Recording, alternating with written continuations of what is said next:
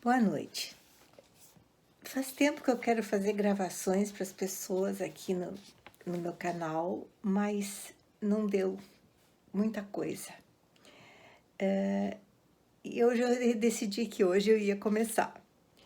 Então eu estou trazendo para vocês a leitura de um conto que eu gosto muito, que se chama Um General na Biblioteca, no livro Um General na Biblioteca, do Italo Calvino, um italiano que escreveu livros brilhantes, todos vale a pena ler. E esse aqui é todo ele de contos, né? Então ele tem um estilo próprio, agradável, gostoso, né? E que sempre nos traz informações e conhecimentos que a gente não imagina, né? Esse aqui, então, que eu quero ler para vocês, na página 67, é o que dá título ao livro, Um General na Biblioteca. Na Pandoria, nação ilustre, uma suspeita insinuou-se um dia nas mentes dos oficiais superiores, a de que os livros contivessem opiniões contrárias ao prestígio militar.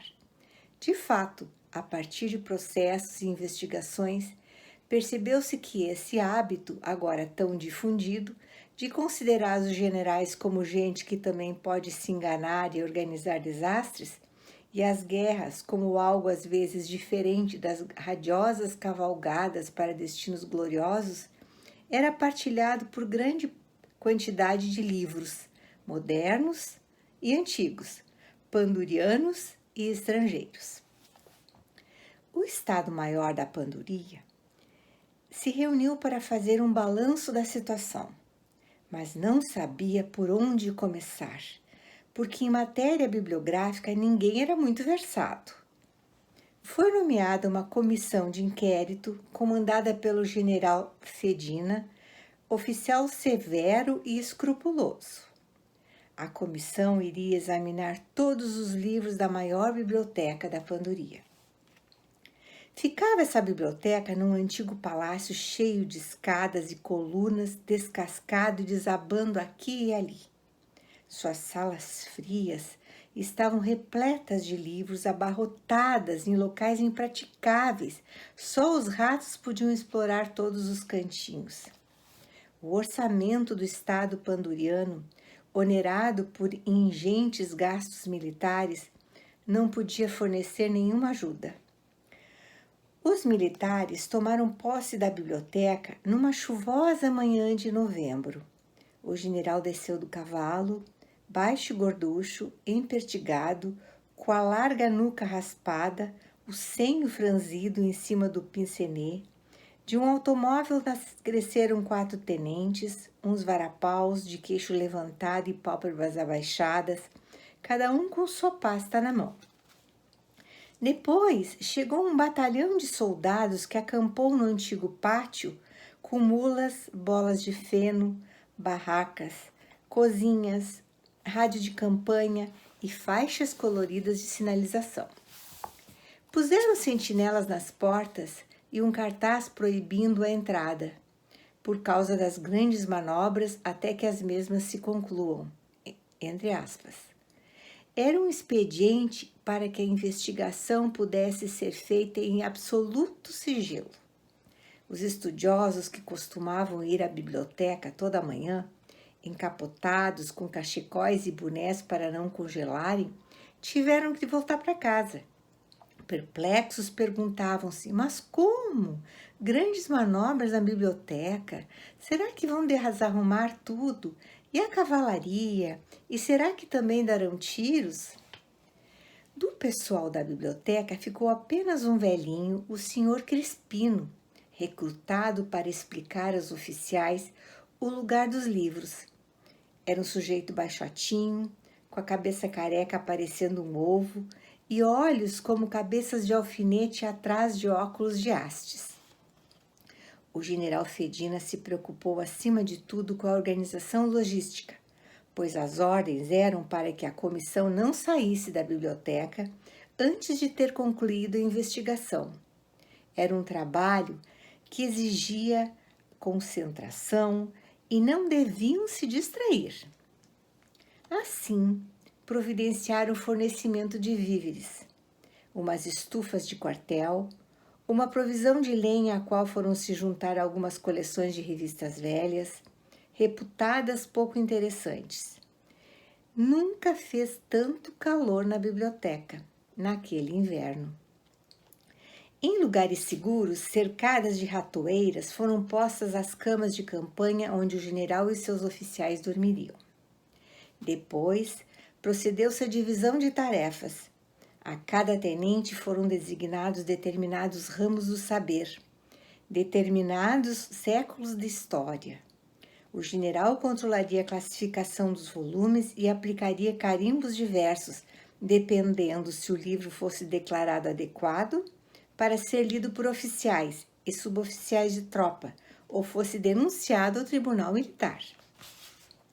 E a comissão começou seu trabalho. Toda a noite, o rádio de campanha transmitia o relatório do general Fedina aos comandos supremo.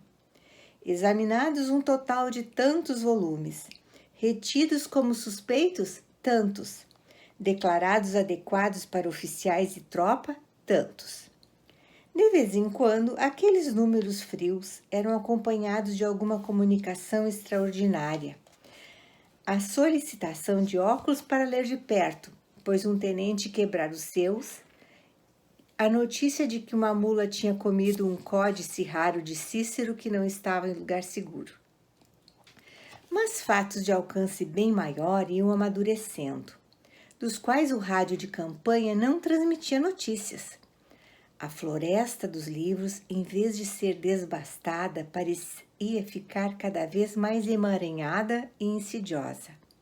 Os oficiais teriam se perdido se não fosse a ajuda do senhor Crispino.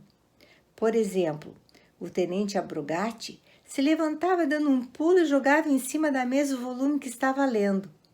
Mas é inacreditável! Um livro sobre as guerras púnicas que fala bem dos cartagineses e critica os romanos.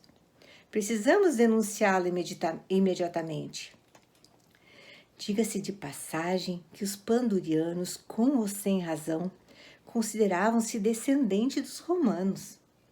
Com seu passo silencioso dentro das pantufas felpudas, o velho bibliotecário vinha se aproximando dele. Isso não é nada, dizia. Leia aqui, ainda sobre os romanos, o que está escrito. Também se poderá pôr isso no relatório. E isso, e mais isso. E lhe submetia uma pilha de volumes. O tenente começava a folhear os livros nervoso, depois ia lendo mais interessado, tomava notas e coçava a testa resmungando. Santo Deus! Mas quanta coisa a gente aprende! Quem diria? O senhor Crispino andava até o tenente Luchetti, que fechava um tomo com raiva e dizia: essa não! Aqui eles têm a coragem de expressar dúvidas sobre a pureza dos ideais das cruzadas.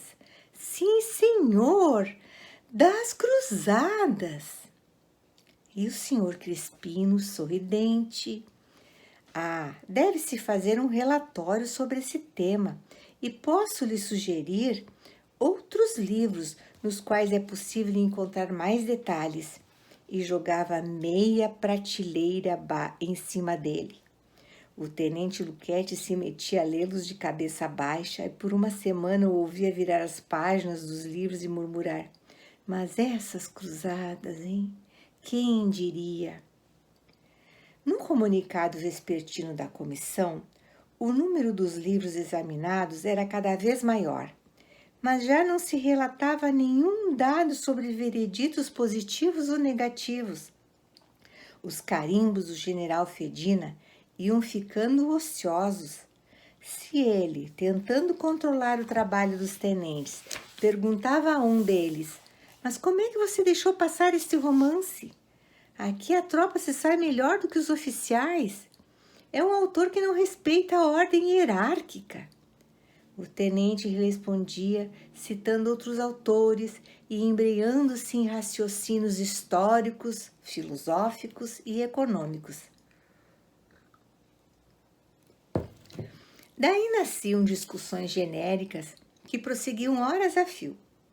O Sr. Crispino, silencioso dentro de suas pantufas, quase invisível dentro de seu jaleco cinza, sempre intervinha na hora certa com um livro que, a seu ver, continha detalhes interessantes sobre o tema em questão e cujo efeito era sempre de pôr à prova as convicções do general Fedina. Enquanto isso, os soldados tinham pouco o que fazer e se entediavam. Um deles, Barabaço, o mais instruído, pediu aos oficiais um livro para ler. Na hora, quiseram dar-lhe um daqueles poucos que já tinham sido declarados adequados para a tropa. Mas pensando nos milhares de volumes que ainda restava examinar, o general não gostou que as horas de leitura do soldado Barabaço fossem perdidas. Um livro ainda a ser examinado, um romance que parecia fácil, recomendado pelo Sr. Crispino. Lido o livro, Barabaço devia fazer o relato ao general. Outros soldados também pediram para fazer o mesmo, e conseguiram. O soldado Tomazoni lia em voz alta para um companheiro seu analfabeto e este dava sua opinião. Das discussões gerais começaram a participar também os soldados. Sobre o prosseguimento dos trabalhos da comissão, não se conhecem muitos detalhes. O que aconteceu na biblioteca nas longas semanas invernais não foi relatado, mas o fato é que os boletins radiofônicos do general Fedina passaram a chegar cada vez mais raramente ao Estado-Maior da Panduria, até que pararam de vez. O Comando Supremo começou a se alarmar. Transmitiu a ordem de concluírem a investigação o quanto antes e de apresentarem exaustivo relatório. A ordem chegou à biblioteca quando o espírito de Fedina e de seus homens se debatia entre sentimentos opostos. Por um lado, estavam descobrindo a todo instante novas curiosidades a serem satisfeitas. Estavam tomando gosto por aquelas leituras e aqueles estudos como nunca antes teriam imaginado. Por outro, não viam a hora de voltar para junto das pessoas, de retomar contato com a vida, que agora lhes parecia muito mais complexa, quase renovada aos olhos deles. E, além disso, a aproximação do dia em que deveriam deixar a biblioteca enchia-os de apreensão, pois teriam que prestar contas de sua missão e, com todas as ideias que andavam brotando em suas cabeças, não sabiam mais como sair dessa enrascada. De noite olhavam pelas vidraças os primeiros brotos nos galhos iluminados pelo crepúsculo e as luzes da cidade acenderem-se, enquanto um deles lia em voz alta os versos de um poeta. Fedina não estava com eles, dera ordens para ser deixado sozinho em sua sala, pois devia redigir o relatório final. Mas de vez em quando se ouvia a campainha tocar e sua voz chamar: Crispino! Crispino! Não podia ir adiante sem a ajuda do velho bibliotecário. E acabaram se sentando à mesma mesa e redigiram juntos o relatório. Finalmente, numa bela manhã, a comissão saiu da biblioteca e foi entregar o relatório ao Comando Supremo. E diante do Estado-Maior reunido, Fedina expôs os resultados da investigação. Seu discurso era uma espécie de compêndio da história da humanidade, das origens aos nossos dias, no qual todas as ideias mais indiscutíveis para os bem-pensantes da Panduria eram criticadas. As classes dirigentes denunciadas como responsáveis pelas desventuras da pátria, o povo exaltado como vítima heróica de guerras e políticas equivocadas. Era uma exposição um pouco confusa, com afirmações muitas vezes simplistas e contraditórias, como costuma acontecer com quem abraçou há pouco novas ideias.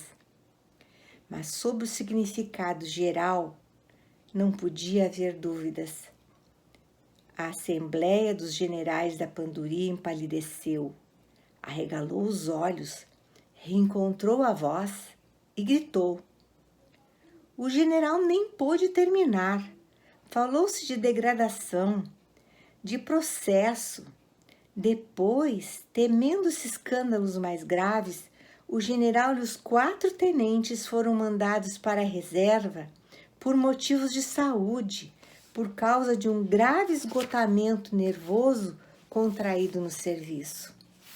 Vestidos à paisana, encapotados dentro de sobretudos acolchoados para não congelarem, frequentemente eram vistos entrando na velha biblioteca, onde esperava por eles o Sr. Crispino com seus livros.